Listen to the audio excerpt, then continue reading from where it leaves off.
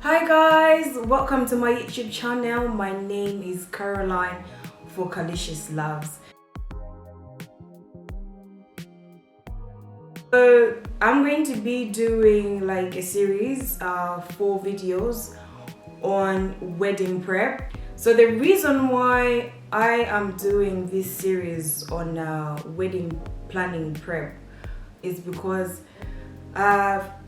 this time last year, 2019, I was one of those, bright to be, the whole excitement. It was all about planning, and whenever you spoke to a friend, family member, like, oh, so how is it going? What are you doing? What are you doing for this, the food, and stuff like that. So this is my personal experience.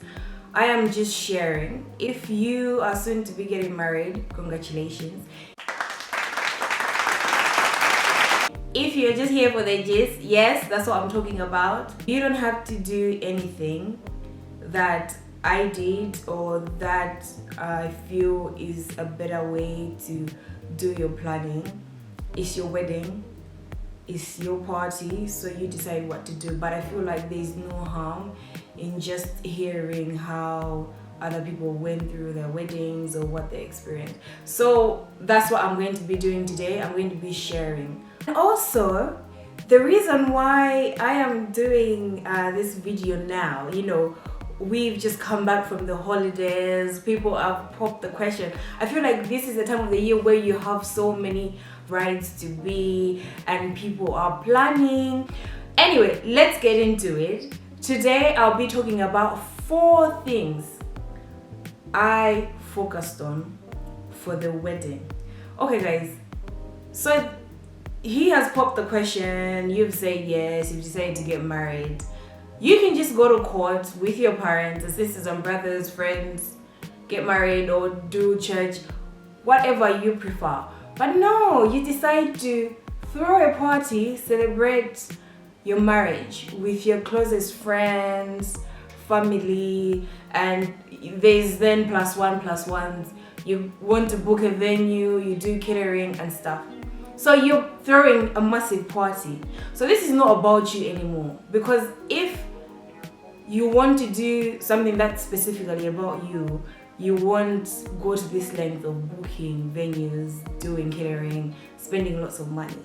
So if you are doing a wedding where you're going to be inviting a lot of people, you want to consider your guests. The last thing you want is spend so much money and then, there's consensus amongst the guests after the wedding that, I didn't really like that. I don't know why she did that. I don't know why they did this. Not everybody will like things that you do at your wedding, but there are certain things that you have to consider your guests. It's a major thing. You know the people you're inviting. So I personally feel that if you are inviting a couple of people to your wedding and you want to throw a party after party, things that you should focus on. So first thing that I focused on, you may want to consider this, it's not by force, I'm just sharing experience. Food. There is no point investing so much in your wedding and you don't pay attention to the food. You know your guests, what they like. If you've got vegetarians, people who are into all sorts, depending on where you're from. I mean, my husband is Nigerian, so our food was half because we had Malawians where I'm from, then we had Nigerians. It was half. I wanted everybody to feel like they had been considered. People are taking the time to come to your wedding. These are people who wake up early, come to church in the morning or early afternoon, and then stay all the way through to reception, and then party after party. So you need to consider that. Food. So you go to church, you have a reception. Is there food at the reception? like the stand-up reception before people then sit down for dinner. Don't forget that people may have, traveled from afar. They come to church hungry, and then after church you've got that photo session which could go over 2 hours. Your guests are waiting. Have you put something in place for them, like drinks and canapes while you are busy taking pictures? Because you do not want your guests to be hungry. You need to put that into account. So you invest in canapes, and then you've got the sit down dinner if you're having a sit down. I had a sit down. So for example, my wedding was at 1 o'clock, and then we had reception at around 3 o'clock. We tried to keep time. So church 1, 2 we were done, and then guests had about 1 to 2 hours, and then they had their stand-up reception. This is where they're trying to mingle and stuff. You need food. I have a friend who went to a wedding, and these people went out on the wedding. They flew people in and stuff like that.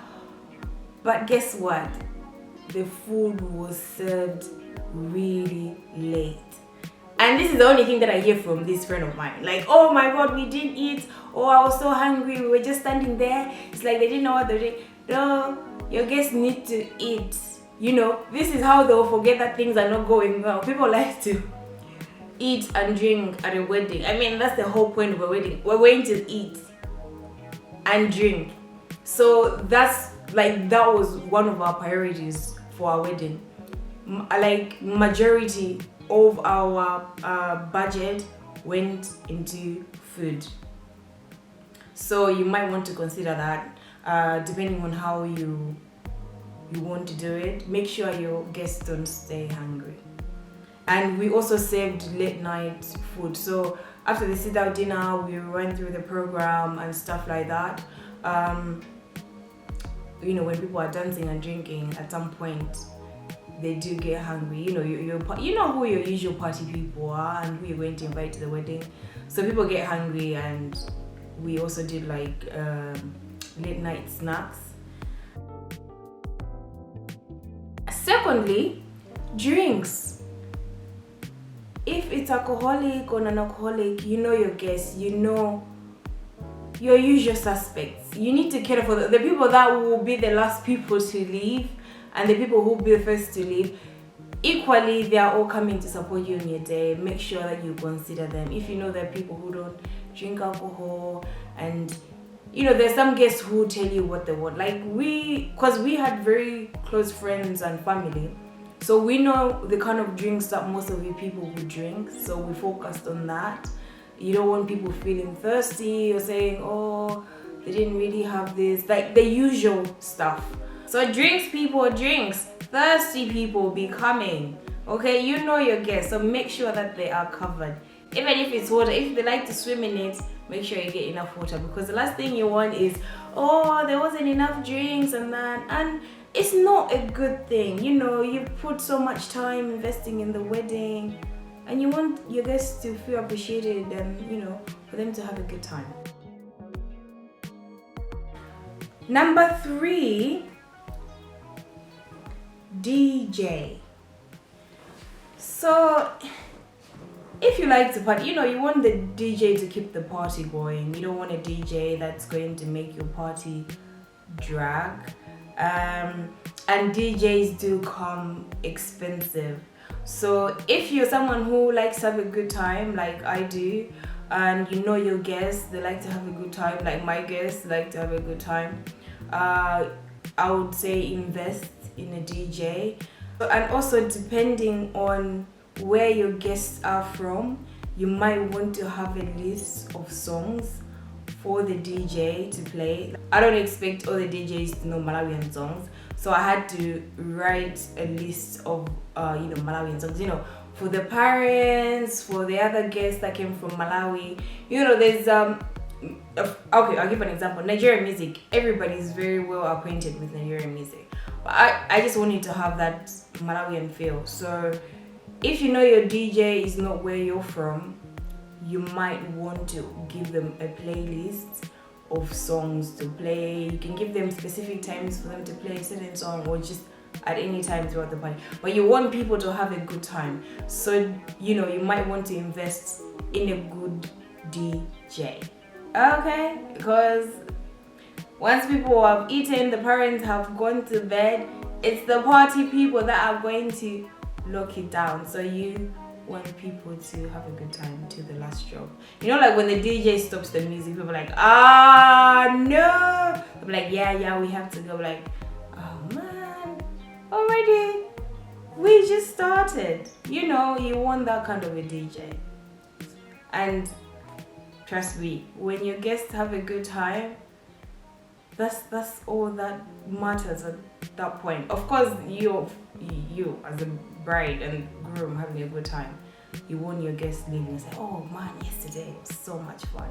That's what you want. Yeah, it feels good. Not everybody will be satisfied, but you at least want majority of your guests to say they did have a good time.